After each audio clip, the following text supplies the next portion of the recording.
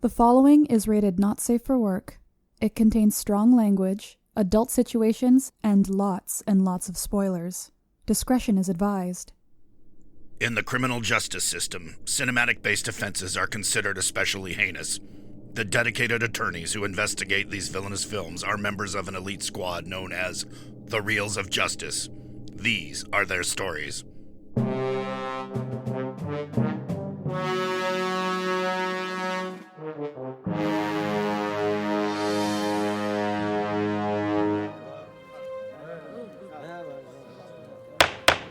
Order, please, order! The Reels of Justice is now in session. Judge Resistance is futile Ryan Luis Rodriguez presiding. I love my R's. Will you all rise for the Honorable Judge Rodriguez? Contain yourself, bailiff. Be seated. Welcome to the Reels of Justice. First, I would like to acknowledge and thank our guest juror, Mr. Ron McAdams, for joining us. Say his name. I'm sorry. Say his name. Mr. Ron McAdams! I was like, there's like 50 more O's in that. Yeah. It's in his contract to have at least 4. Today, we are hearing the case of The People vs. Star Trek Nemesis, a 2002 sci-fi film about Jean-Luc Picard, captain of the starship USS Enterprise, who discovers his clone has taken over the Romulan homeworld and now intends to destroy the Earth. For those of you unfamiliar with our court proceedings, we are here to determine if this film is guilty of being a bad movie. As always, films are to be considered excellent until proven awful, and the burden of proof lies upon the prosecution to prove beyond a shadow of a reasonable doubt that this film is guilty. Mr. Big Ben Haslar, you're appearing on behalf of the prosecution. You may present your opening statement.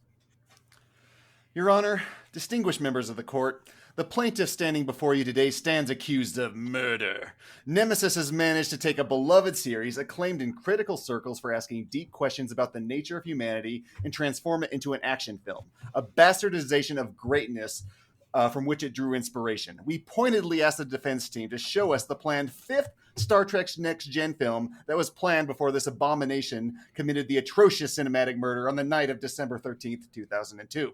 It did so by hiring a director who knew very little about Star Trek or why people enjoyed it so. It did so by blatantly copying successful Trek films such as The Wrath of Khan, but copying it without really hitting the depth nor the growth of the characters' experience in that film.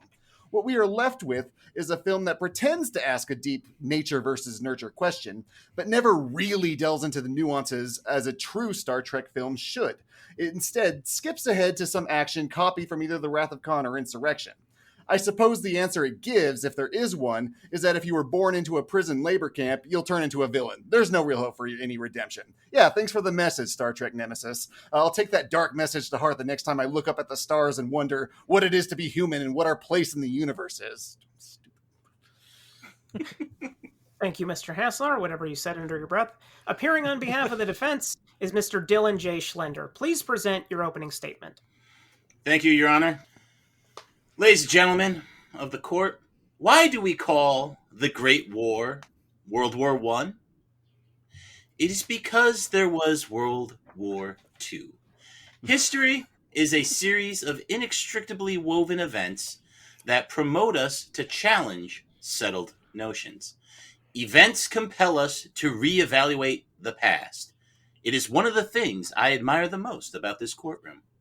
In 2002, Nemesis may have been seen as a bit of a thud in the Trek canon. It had the benefit of wrapping things up. It gave us closure. We could end it there.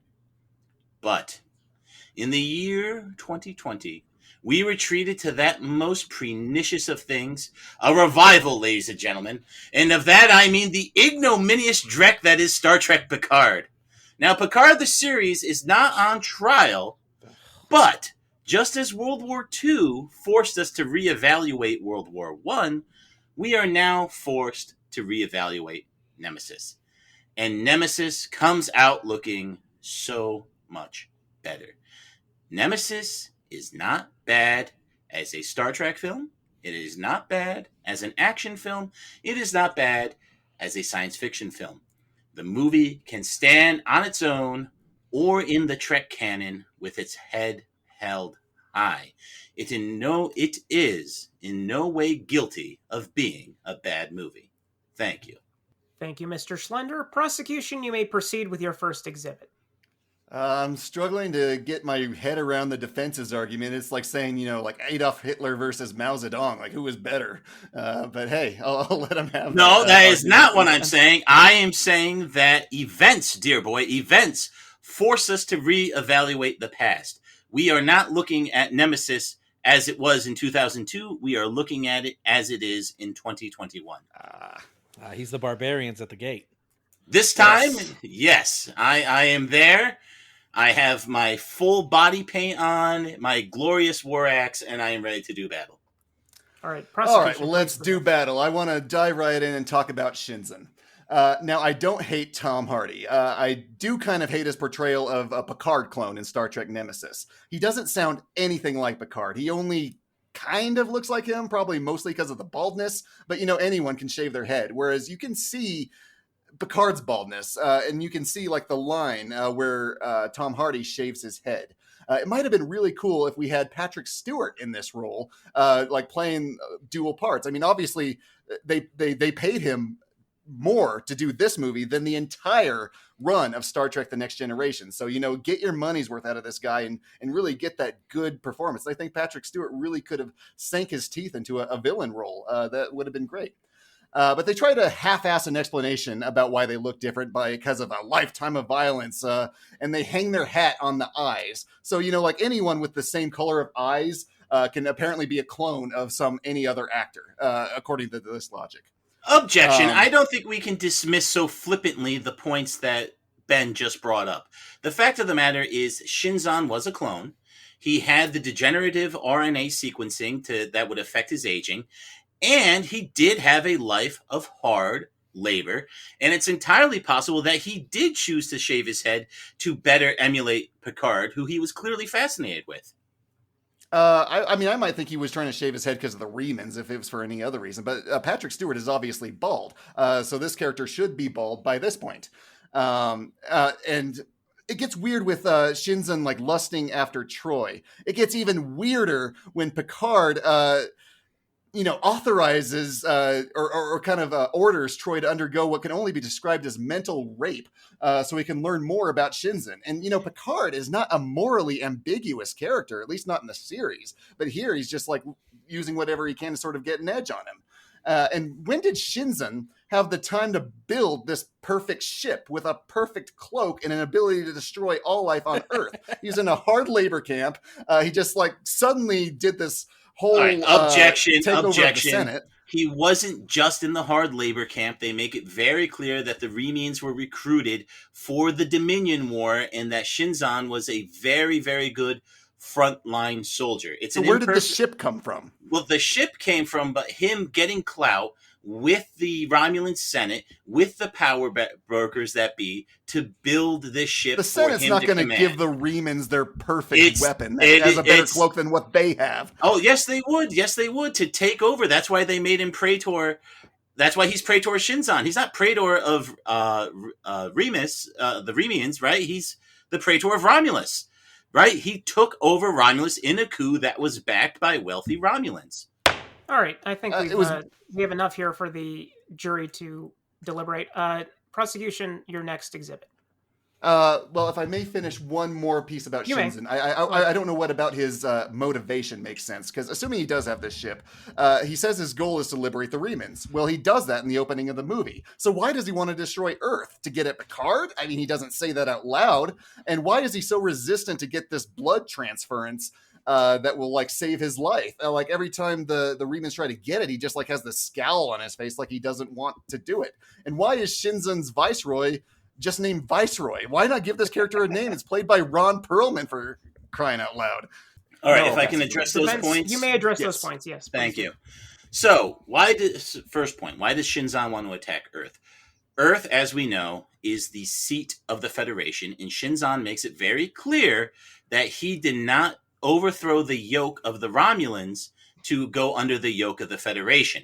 Now, granted, this may be extreme paranoia. I think the Federation would have been... objection. They're past the neutral zone. Well, that's the thing, though. You could totally... It is not unreasonable to think that the Federation would increase its military presence and escalation at a Romulan coup, right? Destabilizing now, the maybe in Romulan Star Trek Empire. Picard's world, but not in the time that Nemesis was. Oh happening. no, for sure in the time Nemesis is happening. That's the whole thing we see in the Next Generation, is that in the future we see that the Klingons and the Romulans eventually do go to war, that this war does happen. So it is a very tense situation, and he wants to eliminate the Federation from the equation, which granted might be out of paranoia and character flaws on his part, but not failings of the movie and the story. These are Shinzon's demons that he is fighting. Next point. Why was he the Picard blood, right? He needs the blood because, as it's established, he has the degenerative mRNA sequencing that could have been used to age him up as needed. So he is slowly dying because of his poison blood, and he needs a complete transfusion from Picard. He invites Picard in for dinner, and the Viceroy tells him, like, that was stupid. That was stupid. We had Picard. Why didn't you take him here? And he's like, I'm curious. The thing is with Shinzon is he is very arrogant, kind of like a Bond villain, almost which exactly is not like Picard. Which is like Picard if Picard spent his life being tortured and under hard labor. It's not and like had the Picard to we know. The fact free, that like, free his people. I don't see Picard. I know that's like the question that they're asking is nature versus nurture, but they just like make him evil. Like, okay, so you're evil now. You know, it doesn't like really delve into like what psychologically might be going on there. He's just evil. I think there is some reticence there though, because you mentioned the times he has Picard in his clutches and he doesn't execute right away. I think deep down maybe there is something in his Picard heart that doesn't want to do this, but he obviously does end up doing it because he's been pushed too far. He's dying. And it's a shame. And Picard sees this reflection in this broken mirror that is Shinzon. Do you see it, though? I mean, like, the script has him just being evil. Do you see, like, a real nature versus nurture question being answered here? I do, but I think you're looking for it in the wrong spot, dear counselor. Because the real mirror here isn't just what we see between Shinzon and Picard, it's also what we see between Picard and Data, which is a point that I want to bring up in my argumentation. But yes, it is there, but you're seeing only a small part of it, which could be leading to your confusion. Okay, well, you want to talk about Data, so yeah, let's go ahead and talk about B4. Sure. So this positronic signal on a well-trafficked route between Earth and Beta Z and the Romulan neutral zone like just suddenly shows up, and Picard doesn't really think anything about it. It's obviously a trap, and it is a trap. It's a trap that Shinzon put there. So they go there, and they ride the most ridiculous vehicle I've ever seen in any Star Trek film, the Argo. How is this better than the shuttlecraft that they arrived in? The shuttlecraft can fly around. It has shields. It just has overall protection with its chassis. It has, like, technology is regressing here in a way that I've just never seen before. It's like a dune buggy in Ega, except it has a laser cannon on its back. This thing exists today, with the exception of the laser cannon. Baird said in a promotional interview that this is like a I'm sorry, who said? The director. Okay, very good. Very good. That it does perhaps go different from the dynamics of the previous film. He wanted to add an energy and action scenes and set pieces, such as a car chase. So what we get here are these aliens like shooting at Picard with machine guns. This pretty much goes directly against the Prime Directive, which is this huge theme. The Prime Directive is made to be broken, baby. If I had a nickel for every time the Prime Directive got broken in Star Trek, I would I would hang up my court spurs today, man. Overruled. Oh, he didn't object.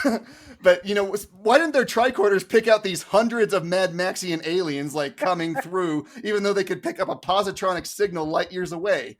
They did. When they scanned the planet, they were able to them, but now that they're getting the close, life all of a sudden forms. they're getting shot at. Like, the tricorders say, like, hey, you know, they're getting closer, you might want to leave now, but no, they just hang out and do this. I would chalk that up to the sandstorm. It was an ion storm or something. And to answer your question about why we even have the Argo, Picard says so. Captain's prerogative. Of course, it's not the most efficient thing. Patrick Stewart wants to drive, but this yeah, thing because makes Patrick Stewart wants to drive it. Patrick Stewart's prerogative, and it's fun. He wants to go out and live makes a no little. sense in any Star Trek film you'd ever watch, except for this one. It doesn't make sense in this one.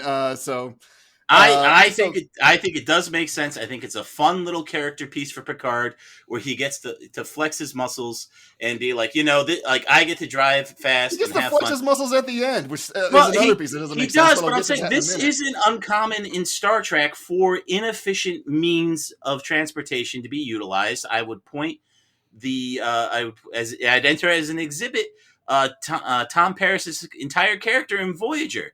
He was into muscle cars. He was into flying on the holodeck. He wasn't like driving it around on a planet. But he designed and built light spacecraft to fly and actually to race. Spacecraft. That's what I'm saying. But it was still for recreational and mission. All right. We'll move past this. This is getting into some weeds. Let's get to the actual point, which is Data. All right, yeah, the point here is where did Shinzen get a hold of this Soong-type android? It sort of rehashes concepts we've seen before with Data's brother Lore, but in the show, it tells you where Lore came from. From a distance, it sort of makes sense that there'd be prototypes out there, except the show makes a point about how rare Soong-type androids really are. So where did he get this guy? And even if he did get this guy, why did he tear him apart and like throw him into different pieces for them to reassemble? And even if he did, why is he betting that Picard's going to like reassemble him right on the spot? His whole plan would fall apart if Picard was like, let's just wait until we get to a space base or something like that and reassemble him. That would be completely out of character for Picard, and you know it. This was the perfect trap for him because of his affinity towards Data. And also, I would like to point out in the Next Generation episode, Inheritance, it is mentioned that Soong did have 3 other androids before Lore.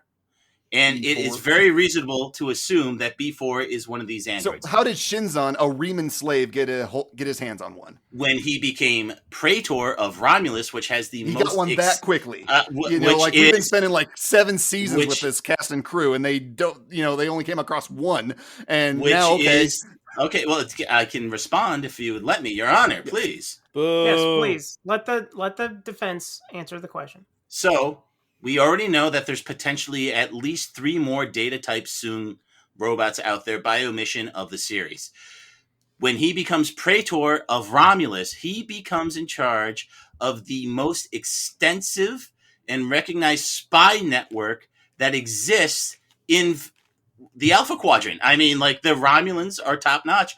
It is totally believable that they would have the resources to get this Soong android, if they didn't already have it on hand, as part of another abandoned plot. Keep in mind, he's a clone of Picard. It would make total sense that they would try to get a Soong android either for their own purposes, which Picard would bastardize later, which doesn't count, or to trick Picard with the Data clone. So I don't think it's that big of a leap. I will grant you that it's plausible. But, we really could have had... If anyone could do it, it's the Romulans. Now, if it was the Klingons doing this, I'm with you. We need to see it in a scene, though. We don't. We just okay, he has one. And further, a scene that they did film and they did delete is where Data switches out for B4 to go rescue Picard. Here, it's very ham-fisted and just saying the plan worked. Cool, I guess, because you really didn't show us that it worked. It's kind of a Deus Ex Machina there just to get things moving along. Objection, Data Ex Machina. It was right there. Data Ex Machina. Sustained. It was right there. So I'd like to move on to my third point with this as a Star Trek movie. So the movie opens with Picard doing a toast, which is really just a brag about himself.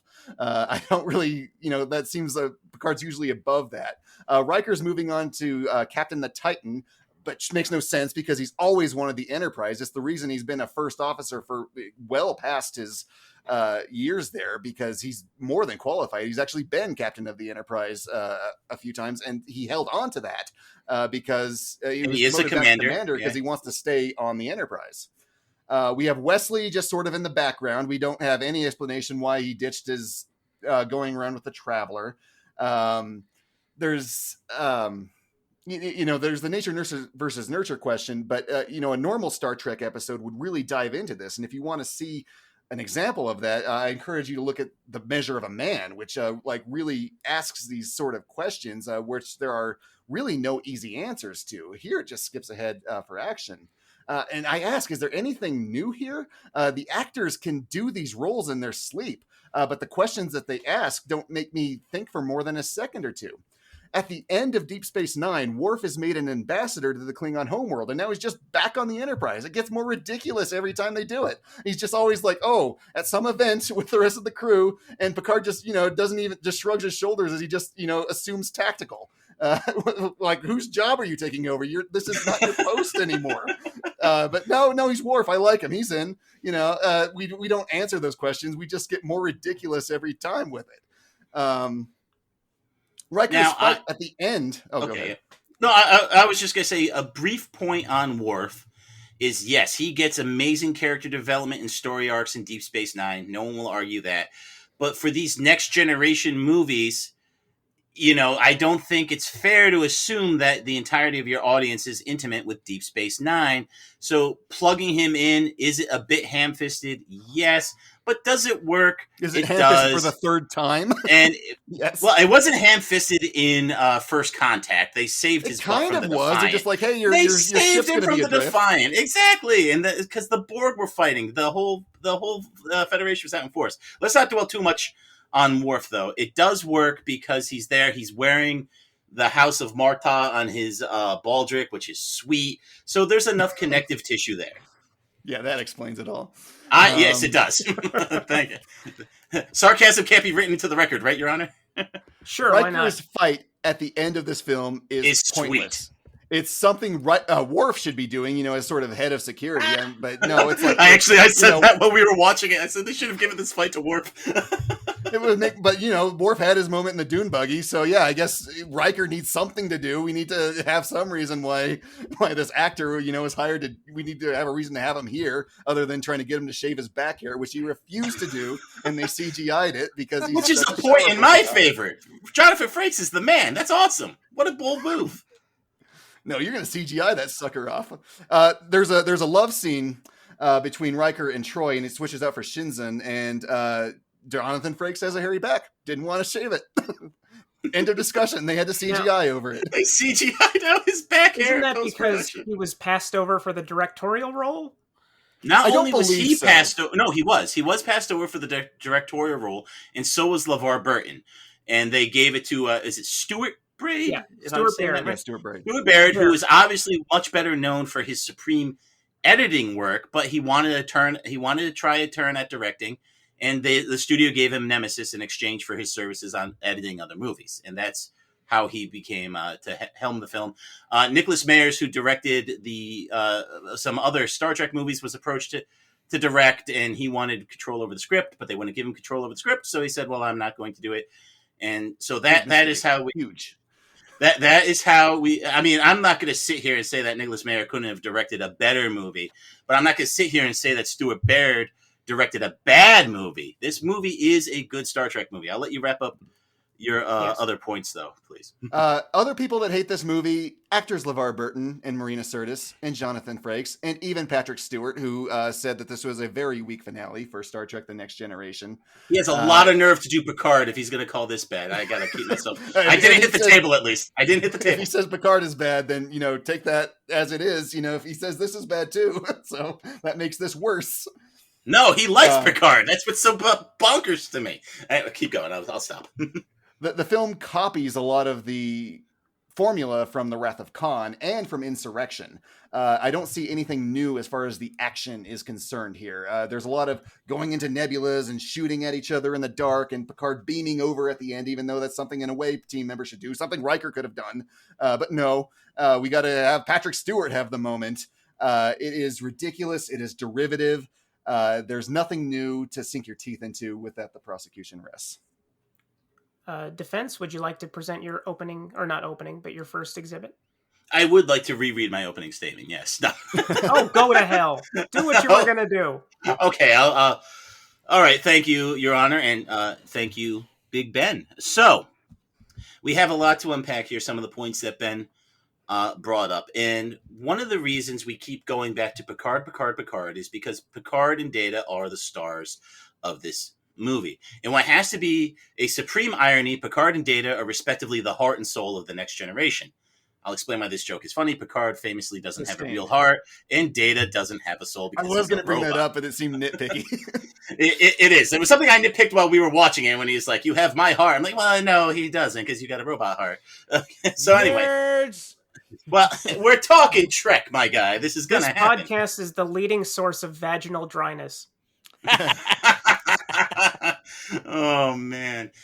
And I dread the mail we'll get. Okay, so Super insulting to female Trekkies. Nemesis is their story. It's Picard and Data's stories, wrapping up Data's quest to become more human, and Picard seeing himself in two divergent ways. He sees the evil of Shinzon, and then he sees the good and virtue of his android companion, Data, both of which imbue so much of him, right?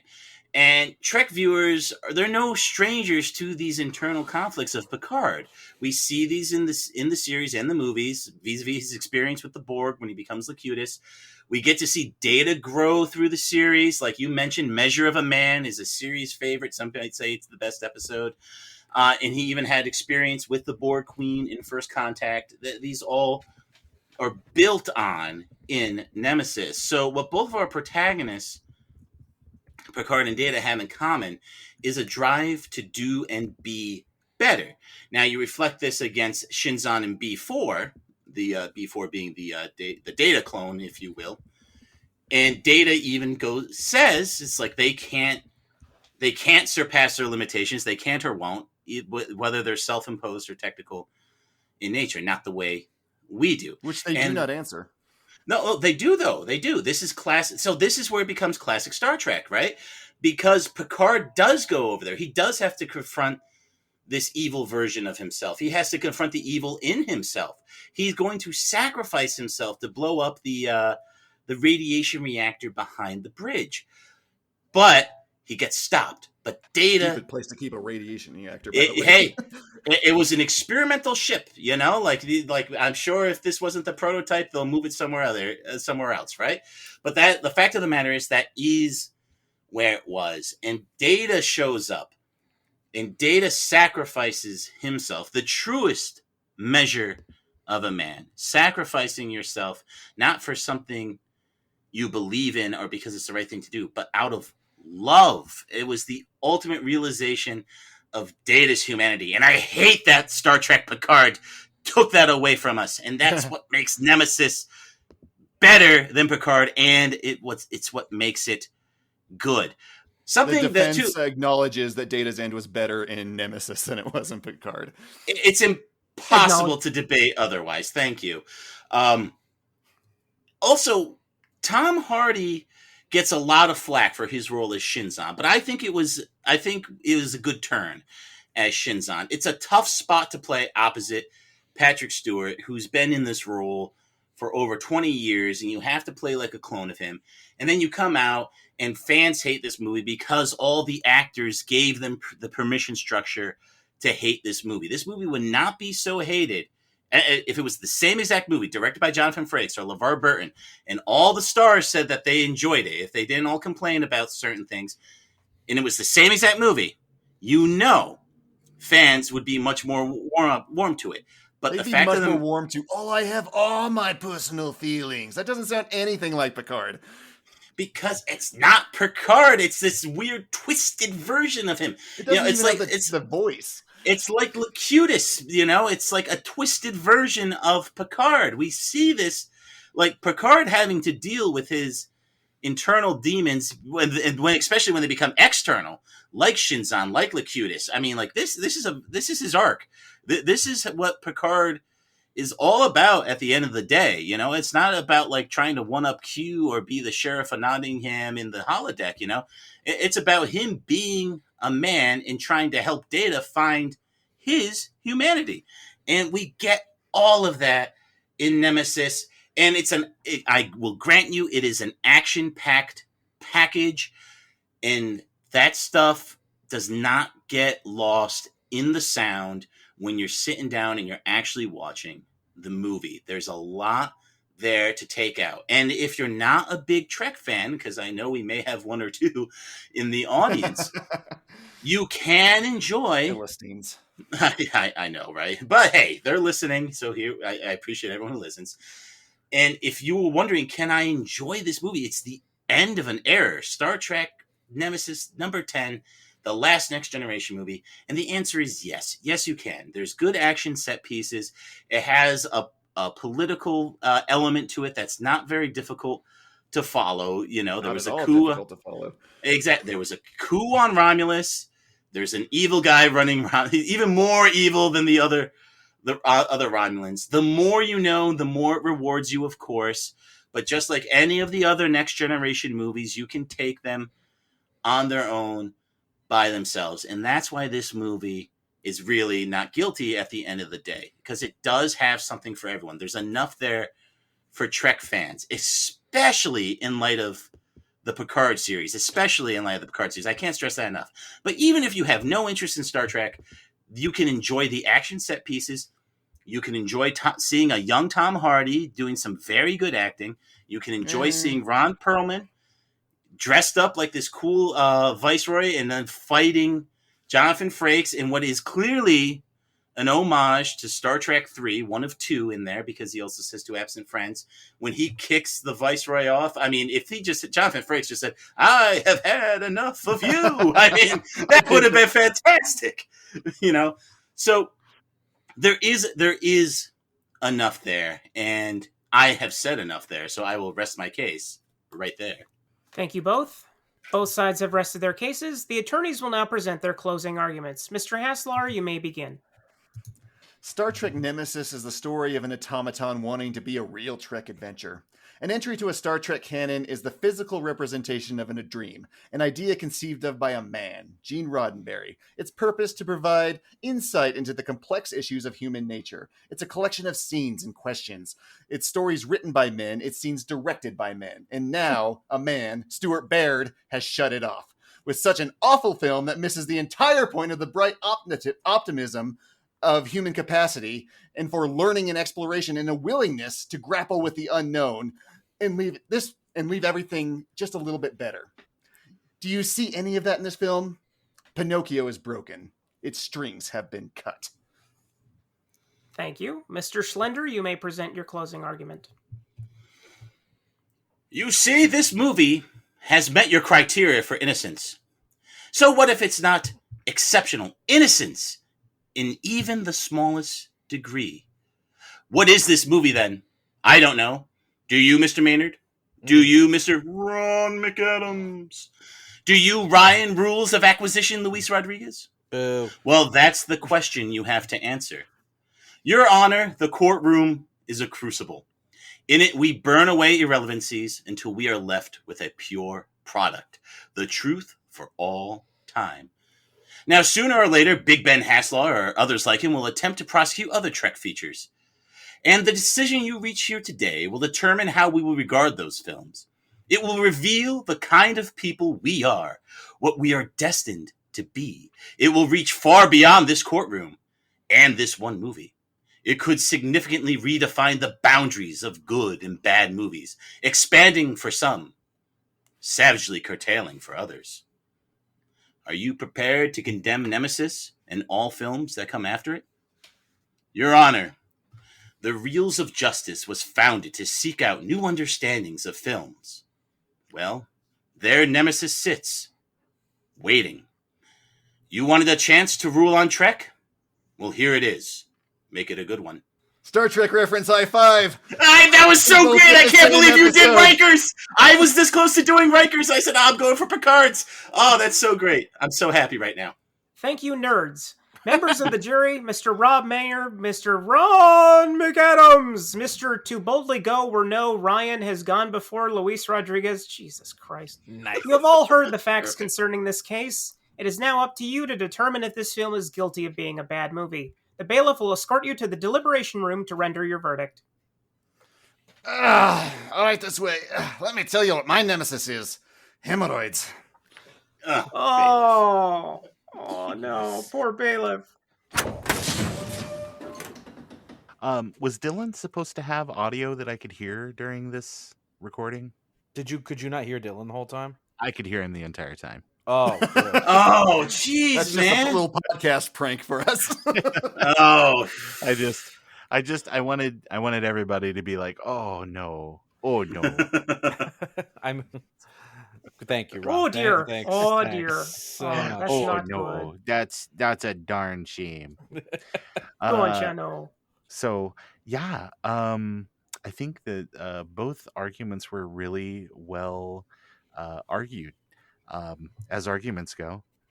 But I think my thing is this: I always kind of look at TNG as a series and the movies as a alternative timeline, and then Picard as like something that happens to you if you're one of those kids that like tortured animals as a child. Oh, so that me. it's your punishment for having done those things, is that now that everything has been sullied like just so far that you just can't enjoy Trek anymore, especially after Bob Wheeler made a big deal out of saying that he was just too old to play Data anymore, which really is probably more accurate to say the checks just weren't big enough to play Data anymore. Okay. I mean, what did you think of Nemesis specifically? Are we like Star Trek Nemesis? Yes. Oh yeah. Oh, sorry. As a movie, it's okay. It's not great. I mean, it's no First Contact, but even First Contact is no First Contact. he's right. So I would say I enjoyed it in that it was a movie and I was able to leave when it was over. That sounds like you didn't enjoy it then.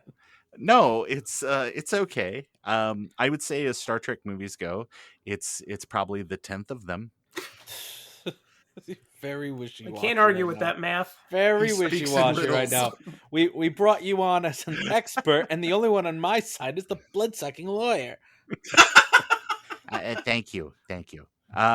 No, I would say that the movie is absolutely terrible, like irredeemably so. Like the Why only so? way why so? Yeah. It doesn't feel like a Star Trek movie. It feels it's certainly something made from parts compressed, mechanically separated Star Trek that has been then made Bleached. into nugget form. Yeah, bleached and milkshaked.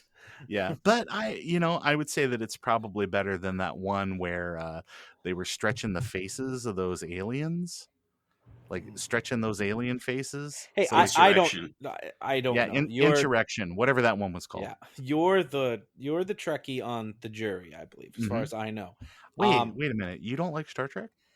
I like the original series. Yeah. I don't really. What about go the past- animated series? I do like the animated series too, because like it's a. Oh, really? Because I hate Lower Decks. Well, I haven't seen Lower Decks, so I'm just talking about. It's a joke because I know, I get it. POS, the animated series. I know enough to understand those kind of references, and I could follow about like 1 in 3 words that the prosecution and defense. I can were follow saying. 1 in 6. Yeah, and it's like, so I have to for me, I have to boil this down to similar to what Ben said when we did like Ready to Rumble. Like, this isn't really necessarily for me, but what do fans think? And I mean, if you don't like it, that's pretty damning. One thing that was crazy to me is they said, well, this movie has too much action. And I was like, well, it does. What action? Well, like the whole thing with the Argo, like on the planet, because I guess that Patrick Stewart in his free time, like before he had like bird bones in his body, I guess he used to like going out and doing like all that off-road vehicle stuff. And so as part of his contract, he was like, you know what this needs after that last movie where we flew around and sang like, Pirates of Penzance, we really need them on a planet where we drive around in dune buggies, and then like a Spirit of Halloween hand grabs like Worf's leg and he screams like a child. That's what Trek needs. I mean, the dune buggy, I figured they just had a dune buggy car they wanted to sell, like a toy. They wanted to try. It was mostly for Stewart. He really wanted to be driving. I mean, he didn't do any of the stunts, but he did do most of his driving in that scene. Mm-hmm. Like he went from craft service like all the way back out there to where they were shooting, and then he had to pee, so he went back. It was like 10-1. So Yeah. So Yeah. for me, I didn't see a lot of action. I thought there was too much like kind of politic discussion stuff that I'm like, I know who the Romulans are. I'm not all that invested in it though. I like how he turned all the Romulan politicians into the bad guys from Resident Evil 7. That was kind of I cool. did like how he melted them. I think I like Tom Hardy, but I don't Who doesn't? look at Tom Hardy and see Patrick Stewart in this movie. I don't. So there's no conflict of this is Picard to me. Like if Right. we had just used Stewart as well, they already said he had been given advanced aging, right? Yeah. So why not just have him approximately the same age? Yeah. Why did they make his entire body out of grandma legs? I'm not sure. It's cheaper. Yeah, Ryan, what did you think? So I'm not a huge Trekkie. Mm-hmm. So I don't You're typically tiny look Trekkie. at these movies as do they have to hit a certain rubric of Trekkiness. I kind of look at them just as movies, but as far as this movie, it's all right. It's nothing offensive, nothing tremendously. That's high praise. I like how passionate the two lawyers were, and the jury is pretty much meh all the way. I could have told you before this case started, I'm not going to have a lot of interesting things to say about this movie. Well, I drank an entire bottle of Robitussin before we started, so I'm just. Well, that's my ritual. I'm giving it all the energy I can. But I will say that the end of the movie almost made me cry because it was these people that are clearly saying goodbye to each other for possibly for life. Yeah. And it felt resonant with me, although showing that there's another version of Data out there just felt like a very Marvel thing to do and bugged the shit out of me. But that scene, there's no scene like that in the other Next Generation movies for me. I agree. It's very like the end is very heartfelt. Like during the credits, they show like the signatures. Am I getting that right? That they have the signatures of all the. That's which one? That's 6. Oh, well, okay, never mind. Because I was going to say that saved me like a shit ton of money at conventions. That's good. Yeah. Ryan, what do you think? Go on record here. What's your verdict? Well, I would say not guilty, but I think Ben put up a hell of a fight. So I'm going to say guilty. I'm going to say guilty too, just because it's an okay sci-fi movie. It's not a very good Star Trek movie. It's probably a Star Trek movie for people that don't like Star Trek. No, because I don't really like Star Trek, at least not this generation of it, not this incarnation. I like when there are stagehands pulling back doors. Yeah. And like, well, hold on. Let's just spitball on some ideas here. What if we did some reshoots and we bring in Tim Allen? Save it, Ron. Save it. You're gonna steal my recommendation. Anyway, but before that, you gonna recommend the Santa Claus? Yes, he knew it. Santa Claus. Jungle. It'll be Santa Claus 3, actually. The one with Martin Short as Jack Frost. It's going to be Wild Hogs in space. Joe somebody? Nice. Stop naming those movies. It's hurting me. I'm also going to go guilty because while I was really on board at the beginning, somewhere in the middle things did feel like they got muddled, and I thought that was my fault, but even Ben, the prosecutor, didn't understand why Earth was being targeted. And so, I didn't enjoy myself much, so I'm also going to go guilty. Well, that's where Picard keeps all of his wineries. So, of course, that's where he keeps his brother is on Earth. Maybe and they were like, him. We're like, we saw that season 7 episode. This is a bunch of crap.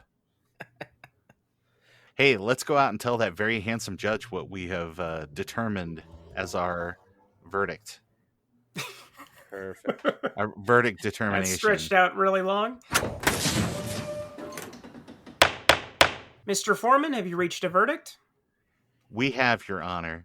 In the case of the People versus Star Trek Nemesis, we find the defendant guilty of being a bad movie. All right. Boo! Boo! The verdict is so rendered, I hereby sentence Star Trek Nemesis to death, only to be resurrected in a robot body. Court is adjourned. Whoa! No! God! So is this the point where like Rusty passes out like punching bars, or it's a People's Court joke? Sorry.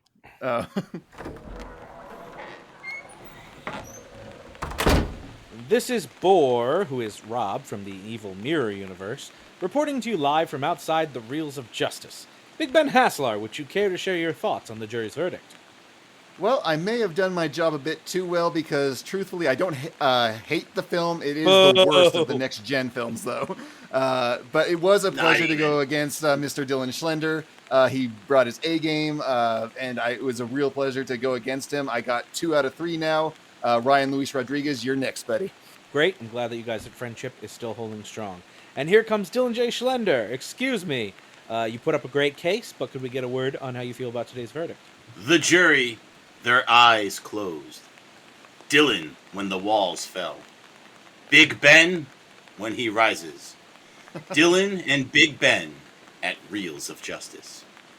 Don't understand. Speaking Dylan, only in metaphor. Okay. Dylan and Justice at Dylan and Ben at Reels of Justice. Dylan and Ben at Reels of Justice. That is Dylan and Big Ben at Reels of Justice. That is my favorite episode of Babylon 5. I love hate Ron Farscape, McAdams guys. now so much. Farscape God. is awesome. Well, thank you very much for that confusing response. That's all the time we have from the courthouse today. Let's go back to the studio for post-trial analysis.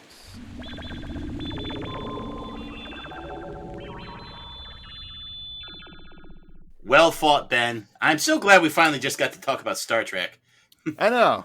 We had to sit through wrestling, so yeah. It was only now fair I that it know how circles you guys around. feel when I talk about wrestling. That's gotta be. Well, you know what the thing is, like, if any of the Star Trek movies are gonna be found guilty, like Nemesis is probably It's up one there. of them. Yeah. Yeah, you know. I mean, the motion picture is worse. I'll take this over the motion I know, picture any day 5 of the is week. pretty bad. No, 5 is is- easily the worst. It's for enjoyably sure. bad, but it's the motion picture is just boring. Yeah, the motion picture is kind of boring. Though I could see us maybe rehabilitating that one. So Insurrection is the one I'm so 50-50 on. Like, I just don't know. Like, is it good? Is it bad? Can I tell you something? That What do you got, Ron? Star Trek the motion picture is the most Star Trek of all the Star Trek movies. See, I knew It probably is, No, it's except it has a bit 2001 in it, you know. Star Trek movies are not Star Trek as a franchise is not an action franchise. It's like a think about it franchise. Mm-hmm. Like it's stuff where Julian Bashir has to go to his best friend and say, I'm an augment and my whole life is going to be destroyed when people find out. And about you feeling these emotions for these folks that you've come to kind of consider to maybe be your TV friends for like a series. Or that scene, there's an episode where like there's ghost aliens at this mining colony, and they take over Data, and they take over, Troy. And who's the third person? Let's just say Barclay takes over 3 people, and there's like this really intense walk where they're like walking Picard down a hallway, and it's just like they're just playing some little kind of dun da da da da da da da kind of music. It's a walk down a hallway, and that's like the most actiony Star Trek thing that kind of exists outside the movies. Oh, I don't know. They got Borg battles and stuff. Sure. I mean, they got the whole Dominion War, too, if we're talking about Deep Space Nine. Star Trek is also going to a planet where everything's the OK Corral, and you get to relive the OK Corral. Yeah, see, Ron, when you say the motion picture is the most Star Trek-y one, it's not how Maynard views Star Trek. It would be like the least Star Trek-y one to him, so. Yeah. Like I don't think Maynard would like the motion a good picture. Ferengi episode where they've got to like figure out how to like get one over on the Grand Negus. That's like Star Trek to me. Yeah, that is good. That was a great episode of Deep Space Nine when Quark accidentally marries that Klingon woman, and about halfway through the episode, you realize like this might be the first episode where there's no Federation characters driving plot. It was you guys can just hang out and talk Trek afterwards, or fair enough. Or if people we got our 9 minutes, we're going to use them. Exactly. If people want to hear Ron McAdams talk more about Star Trek, I know Ron McAdams. You used to run a show called 10 Backwards. I sure did, and we got about most of the way through season 7 before our brains melted. So we started at All Good Things, and we're working our way backwards through the series. And James got really, really busy, and him and his wife had a child, and it just kind of schedules didn't meet up. And again, it's the 7th season of Next Gen, so it's sort of not all that great. So, but All Good Things was good. Well, I heard there's 5 lights. That's why. Yeah, it's true. There are 5 lights. And then there's also like Troy saying, "Hey, tell me more about how your grandma was effing a ghost." Oh God, yeah, Jesus. Sub Rosa. That's my favorite 7th season episode, just because it's just the worst. like it's like DC Fontana like just wiped her butt on a like 8.5 by 11 piece of paper and handed it in. She didn't write that episode, but still. But if people do want to hear what exists, is it out there still? Oh, maybe. Who knows? I think it's on the YouTubes. It could still be on the YouTubes. They can look for 10 backwards. Yeah. And honestly, I know a couple of guys that if you wanted to finish the show, oh really, would be more than up to join you. That'd be fun. If I didn't have to edit it, I would love to come on and talk about like terrible Star Trek. And some okay, sprinkled with some okay Star Trek. Well, none of it is truly terrible. It's terrible in the context of Star Trek. The context is matters here. Kind of like I'll take the worst Star Trek over a lot of other stuff any day of the week. Yeah, it's terrible in that I'm 45 and I've got like a finite amount of time left in my life, and these episodes are an hour long. It's the reason nobody watches the 4th season of Twilight Zone. Because they're an hour long and they're probably terrible, and I'm just not going to make the investment. I mean, that's fair, truly fair. But no, that's cool. And what besides that, what have you been up to, Ronnie? What's been keeping you busy? Well, it's my heroin ring is finally taken off. Thank God. And so that's we are recording. Good. You know that. Oh no, it's okay, man. The FBI, are you listening? Actually, I've been trying to get my YouTube stuff like off the ground. It's I've got a YouTube channel now that's called Ron's Computer Videos. So which I thought was too on the nose, but it turns out that's exactly what the channel's all about. So just like 8-bit microcomputers, old Macintosh stuff, some PC stuff, old MIDI and sound cards and things like that. And it's something I really enjoy. So occasionally I kick out a video. I just did one that was because you've got all the people trying to get on May the 4th be with you and Revenge of the 5th. Well, now this year we've got This Is the May, which gives you like an entire 30 days to do anything you want to do with Star Wars. So I did a video where basically just reviewed a bunch of old Star Wars games for the Macintosh, screensavers and things like that. Yeah. So that sounds fun. That's basically what was it called again? It was Ron's Computer Things. Ron's Computer Videos. Yeah, it's I'm getting up there, man, in terms of subscribership. Good, and hopefully people will go out there and subscribe too. Because although I'm sure it's fascinating, it's also probably funny because it's hard for Ron to do anything without also being funny. It's even very if he true. Doesn't mean to. Yeah, there's a lot of unintended humor in many of the things I do. Very Midwestern and polite humor. It's true. If you've ever watched me copulate, it's hilarious. We have, and I have. Yes. But I was also recently in a movie. Ron's population videos. Yeah, that's exactly yeah. Tell us right. about this movie. I know you're off on set being a bigwig. Yeah, Under 3 Moons. It's directed by Cody Newson, and it's the story. It's kind of an alien love story, and I think that it should be like on streaming services probably in September or something like that.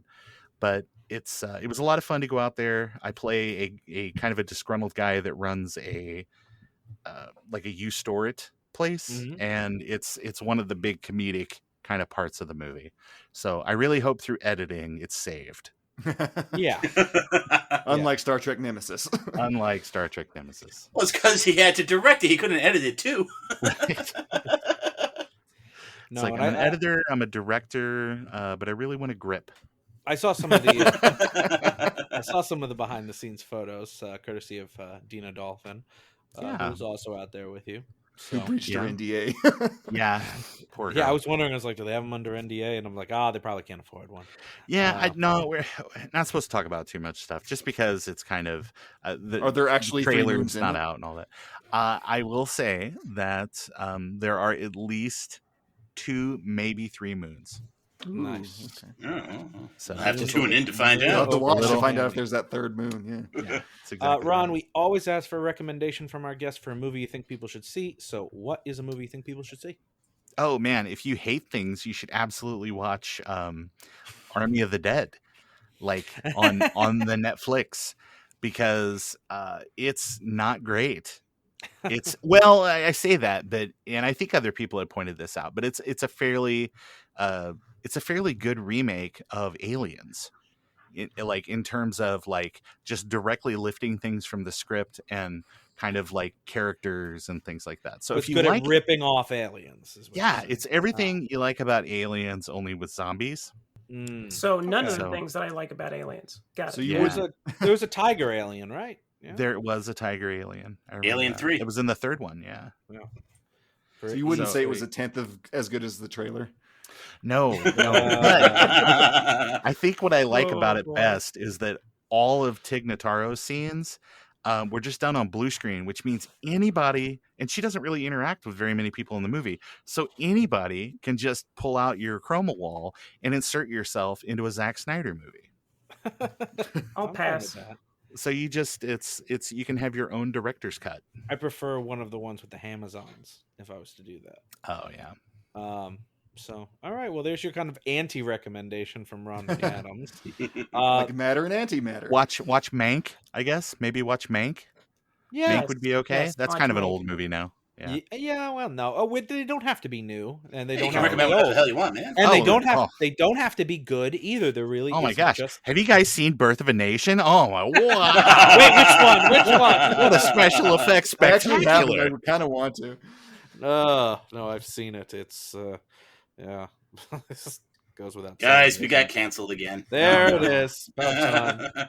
I was want to bound to from a happen. historical perspective because Yes. it's the first silent film, right? Mhm. No, not even Or close.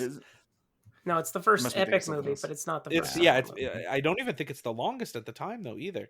But it is kind of pioneering in montage in the way that it cuts and uses different framing. It's technically kind of a marvel, but its contents is so wretched. Yeah, it is. It's the first movie where the good guys are the bad guys.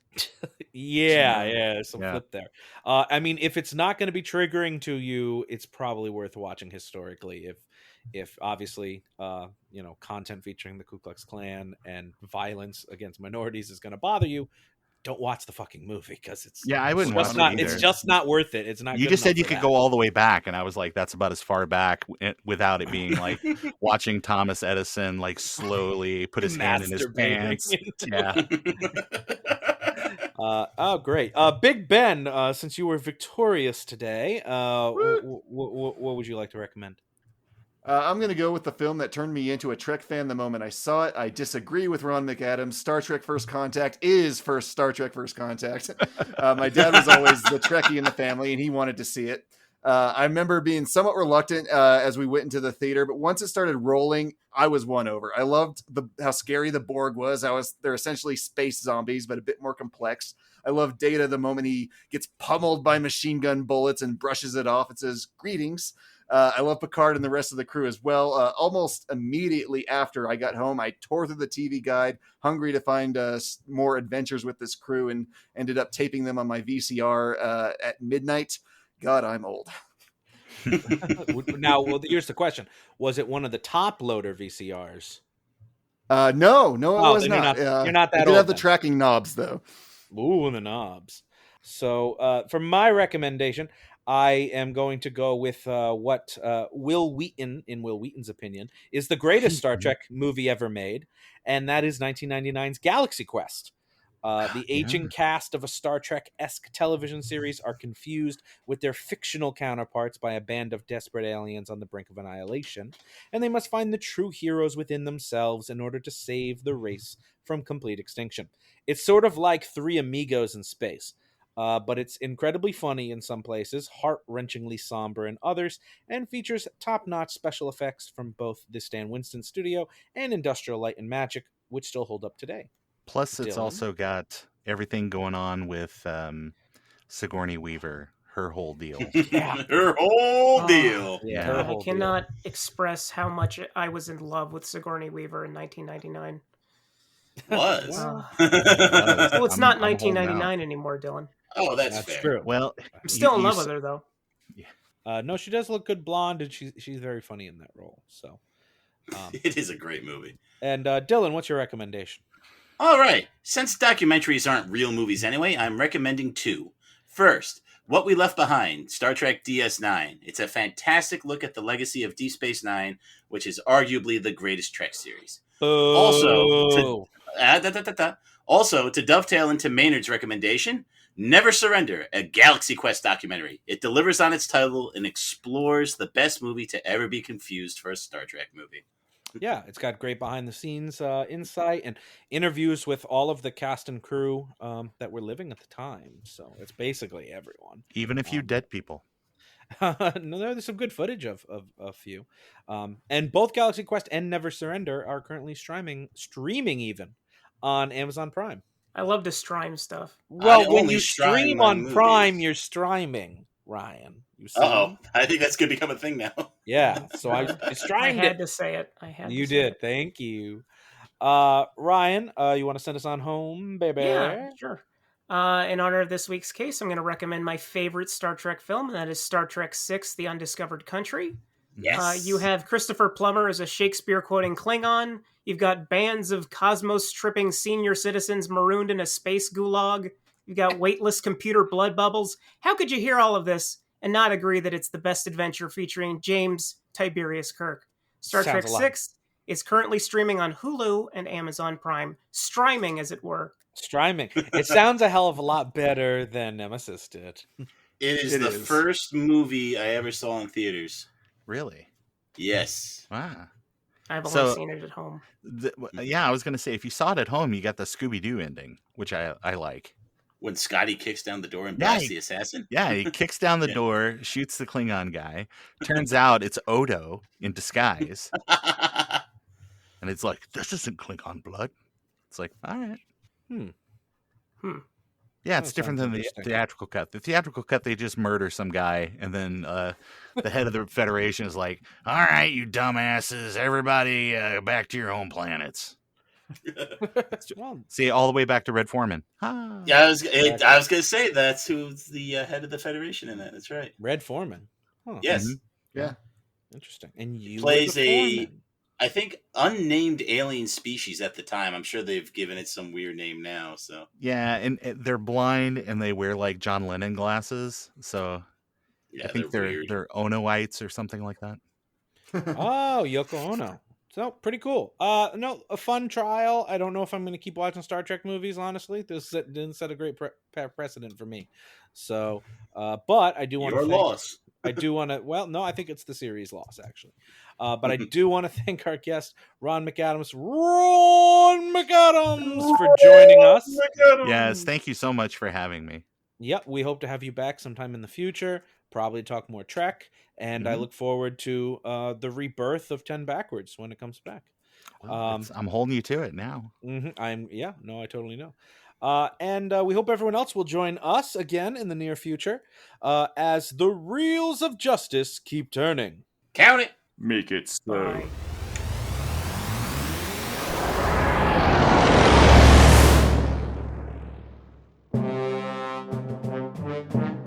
Please follow us on Twitter at Reels of Justice, Instagram Reels of Justice, and Facebook.com/Reels of Justice.